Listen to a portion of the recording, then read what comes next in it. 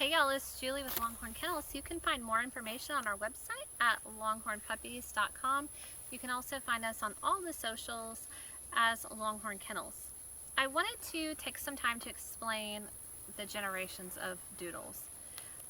It's more complicated than what I'm going to make it, but this is basically how I'm just going to lay it out. So, in our case, we have Aussies and Poodles. So let's say we have an Aussie mom and a Poodle dad. We breed them together. That's going to be called an F1. The 1 is just really the first generation. So you would say the puppy is 50-50, and you'd be right. But when you pull genetics and you look at it, that dog might be 49-51 or 52-48, whatever. It's never as exact as we make it, but just for this, I'm just going to say 50-50. Okay, now we're going to breed back to a Poodle. So we've got Aussie Doodle, F1. Going to breed it back to a Poodle. Now we have an F1B. The B just literally means back.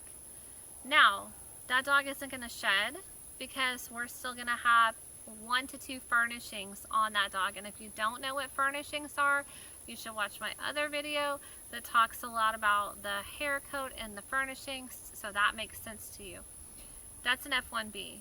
Some people will do what they call a reverse F1B, or they even just call it an F1B, where they're going to go back to an Aussie.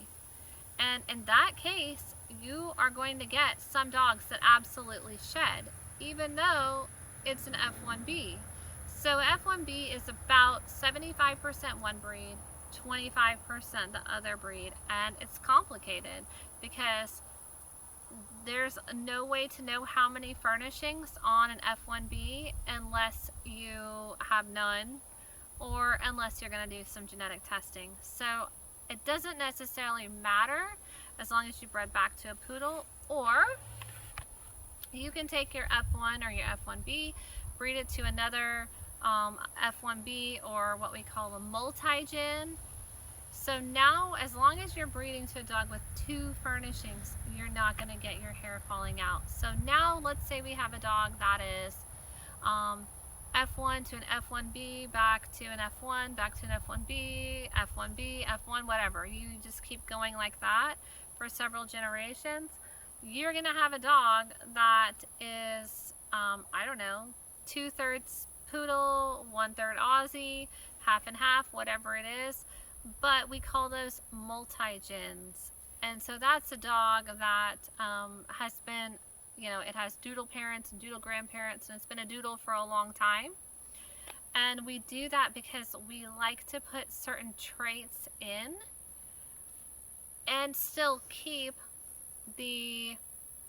like you want a dog that doesn't shed, but maybe it looks a lot like an Aussie. Well, that takes several generations to do that. And you can also control temperament that way. You can control curl that way. You can control a lot of things that way. So the multi-gens are just farther along down the path. But some people will just keep breeding like F1 to an F1B to an F1B, and by this time now you've got 99 or 100% Poodle or Aussie or whatever. That's the goal of the multi-gen, is that you don't want that. You want to keep your balance even though you're far removed from the original generations. And so hopefully that helps you understand a little bit about what's going on.